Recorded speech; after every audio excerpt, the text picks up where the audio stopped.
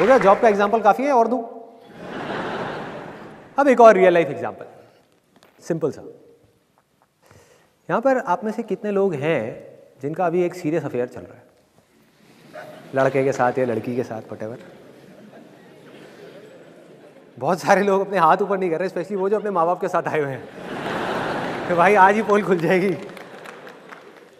तो अब देखो, इस केस में अगर पॉजिटिव थिंकिंग को अप्लाई करना हो तो वो क्या है? रिलेशनशिप्स में, क्योंकि भाई रिलेशनशिप्स तो सबको निभाना ही है ना। कोई जॉब करेगा, बिजनेस करेगा, रिलेशनशिप्स तो कहीं ना कहीं किसी ना किसी की बनेगी ना। तो रिलेशनशिप्स में पॉजिटिव थिंकिंग का मतलब क्या है? What is positive thinking? लोग इसका मतलब कुछ और समझते हैं, जबकि वो नहीं है, कुछ और है। लोग ये समझते हैं कि अगर मेरे साथ पिछले कुछ सालों में, जब से भी हमारा ये अफेयर चल रहा है, आप में से किसने हाथ ऊपर किया था? कब से चल रहा है आपका? 1 साल से चल रहा है। बहुत बढ़िया, भगवान बचाया आपको। शादी करने का प्लान है? बहुत बढ़िया। ये वीडियो दिखा देना अपनी वाइफ को या होने वाली वाइफ को, खुश हो जाएगी वो। इतनी पब्लिक के सामने, इतनी जनता के सामने आपने तो खुलासा कर दिया, प्यार करेंगे खुल्लम खुल्ला। बहुत बढ़िया। तो अब देखो कितना मज़ेदार है ये पॉइंट, कि इसमें हम पॉजिटिव थिंकिंग का मतलब ये समझते हैं कि 1 साल से मेरा अफेयर चल रहा है उस इंसान के साथ में, और हमारा रिलेशन तो बहुत ही बढ़िया है। जब कम टाइम के लिए अफेयर चलता है ना, तो सबको ये गलतफहमी हो जाती है, ज़्यादातर लोगों को। और ये सारी बातें भी मैं अपने एक्सपीरियंस के बेस पे बोल रहा हूँ।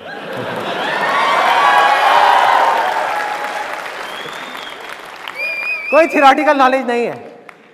मैं और मेरी वाइफ पिछले 18 साल से साथ में है, 18 ईयर्स। हमारी इंटरकास्ट मैरिज है। मैं हिंदुस्तान से हूँ और वो पाकिस्तान से नहीं है। वो पंजाबी है और मैं बनिया हूँ, तो पंजाब से है।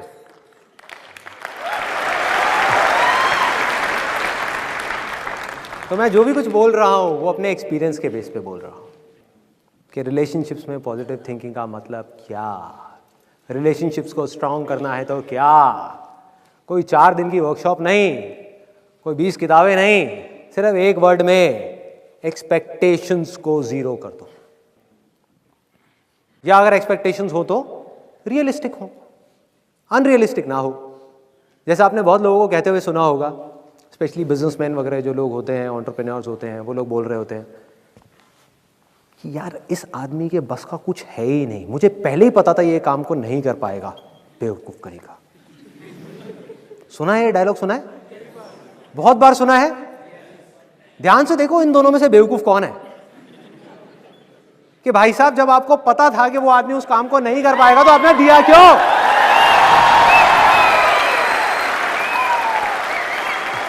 बेवकूफ वो नहीं है, बेवकूफ आप हो। मछली बेचारी आराम से पानी में तैर रही है, उसको कह रहे हो कि उड़ भाई उड़, चल बाहर निकल उड़, और वो नहीं उड़ रही तो मछली को देख के कह रहे हो बेवकूफ है। गुस्सा कर रहे हो उस मछली के ऊपर, अरे तेरे से उड़ा नहीं जाता, गधी है क्या, अकल नहीं है तेरे अंदर। ऐसी ऐसी चीजें हम करते हैं और फिर अपने गुस्से का ब्लेम उठा करके किसी और के ऊपर डाल देते हैं। हर आदमी के अंदर कोई ना कोई स्ट्रेंथ्स होती हैं, कोई ना कोई वीकनेसेस होती हैं। तो अगर उस आदमी से उतना ही एक्सपेक्ट करो जितनी की उसकी स्ट्रेंथ है, तो कभी भी आपको डिसअपॉइंटमेंट हाथ नहीं लगेगा। So simple. आप में से मैं एक सिंपल सा क्वेश्चन पूछूंगा कि आप में से कोई एक ऐसा इंसान है जिसने आज तक अपनी खुद की सारी एक्सपेक्टेशंस पूरी करी हो? एक भी नहीं है। तो दूसरों से आप ये कैसे एक्सपेक्ट कर सकते हो भाई कि वो आपकी सारी एक्सपेक्टेशंस पूरी करेंगे? हम अनरियलिस्टिक एक्सपेक्टेशन सेट कर देते हैं। पॉजिटिव थिंकिंग का मतलब ही गलत निकालते हैं। मतलब ये निकालते हैं कि अगर हमारा रिलेशन पिछले 1 साल से या 2 साल से अच्छा चल रहा है, हमारे बीच में कोई प्रॉब्लम्स नहीं आई हैं, तो फ्यूचर के बारे में भी अगर हम अच्छा ही सोचेंगे तो हमारे साथ सब कुछ अच्छा ही होगा शादी के बाद भी। लोग ये मतलब निकालते हैं पॉजिटिव थिंकिंग का। ये बड़ी खतरनाक थिंकिंग है, अनरियलिस्टिक विशफुल थिंकिंग, कि अभी पिछले 1 साल में या 2 साल में कोई प्रॉब्लम्स नहीं आई हमारे बीच में तो आगे भी नहीं आएगी, हमारा रिलेशन तो बहुत बढ़िया है। ऐसे लोगों के साथ पता है क्या होता है? वो लड़का और लड़की खुद ही अपने माइंड में अपने अपने सपनों के महल खड़े कर लेते हैं। होता है ऐसा कि ये जो लड़का है ये तो इतना अच्छा है, आने वाले टाइम में मेरा इतना ध्यान रखेगा, ये औरों के जैसा नहीं है, ये मेरी सारी एक्सपेक्टेशंस को पूरी करेगा। तो ये है अनरियलिस्टिक विशफुल थिंकिंग, कि अगर मैं सोच रहा हूं सब कुछ अच्छा होगा तो अच्छा ही होगा, जबकि ये ऐसा नहीं है भाई।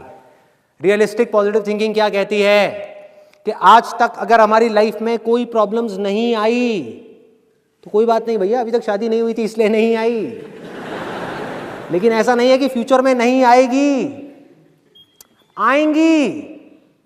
एक नहीं आएगी, 1000 आएगी, और हर रोज आएगी, रोज एक नई प्रॉब्लम आएगी। लेकिन हमें क्या करना है, हम दोनों को मिल करके, कि हमारा ध्यान कभी भी उन प्रॉब्लम्स की तरफ नहीं होगा, उन प्रॉब्लम्स के सॉल्यूशंस की तरफ होगा।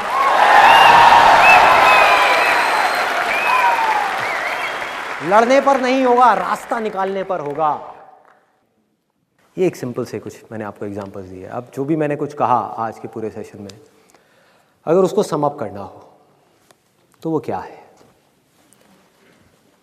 अगर मैं अपने इस दुनिया को देखने के नज़रिए को उठा करके आप लोगों के सामने रखने की कोशिश करूं, तो मेरा नज़रिया क्या है इस दुनिया को देखने का, जो मुझे डर से आज़ादी की तरफ ले जाता है, पूरी तरीके से फियरलेस बना देता है। कोई प्रेशर नहीं, कोई स्ट्रेस नहीं, कोई टेंशन नहीं, खुल के ज़िंदगी जीने के लिए आगे बढ़ाता है, दबाता नहीं है, रोकता नहीं है। वो क्या है? आने वाले कल में क्या होगा? कल तो बहुत दूर की बात हो गई, आने वाले पल में, मतलब कि अभी मैं आप लोगों के सामने यहां पर खड़ा हुआ आपसे बात कर रहा हूं, अगले सेकंड में जब मैं यहां से बाहर निकलूंगा क्या होने वाला है ये मैं नहीं जानता, कोई नहीं जानता। कोई जानता है? देखो लाइफ कितनी फ्रेजाइल है जिसके बेस पर हम प्लानिंग कर रहे हैं। ध्यान से देखना अभी क्या हो रहा है। सांस आई, गई, सांस आई, गई, सांस नहीं आई,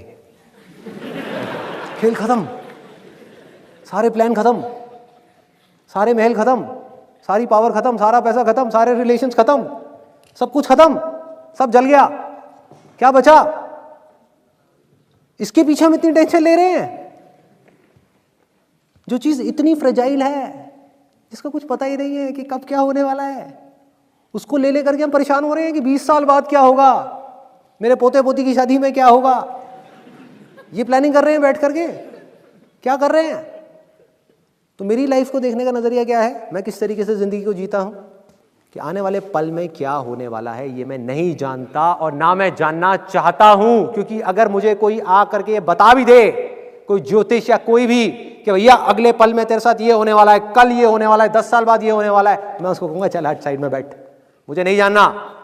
क्योंकि अगर ये पता लग गया तो जिंदगी जीने का एक्साइटमेंट खत्म, मजा खत्म, थ्रिल खत्म, लाइफ बोरिंग, फिर जिंदगी जी नहीं पाऊंगा, जिंदगी कटेगी। पहले ही पता है मेरे साथ में अच्छा होने वाला है, बहुत बढ़िया है। पहले ही पता है मेरे साथ में बुरा होने वाला है, अभी से रोने बैठ जाओ, 2 साल बाद होगा, अभी से रोने बैठ जाओ, ठीक है? तो मैं नहीं जानता और ना मैं जानना चाहता हूं गुजरे हुए कल में क्या हुआ, कल मैंने ये सक्सेस अचीव करी, कल मेरी लाइफ में ये फेलियर आया, उसका इस आज से क्या कनेक्शन है? इन दोनों जगह पर जितनी मेरी एनर्जी वेस्ट हो रही है, कुछ एनर्जी यहां पड़ी हुई है, कुछ एनर्जी यहां पड़ी हुई है, कुछ पावर्स यहां पर हैं, कुछ पावर्स यहां पर हैं, पास्ट से और फ्यूचर से पूरी तरीके से खींच करके उस पूरी की पूरी एनर्जी को, उस पूरी की पूरी पावर को इस मूवमेंट में लेकर के आना है, जिसको बोलते हैं प्रेजेंट मूवमेंट। और इस मूवमेंट के अंदर जो काम भी मैं कर रहा हूं, चाहे वो छोटे से छोटा हो या बड़े से बड़ा हो, उस काम में अपना 100% लगा देना है।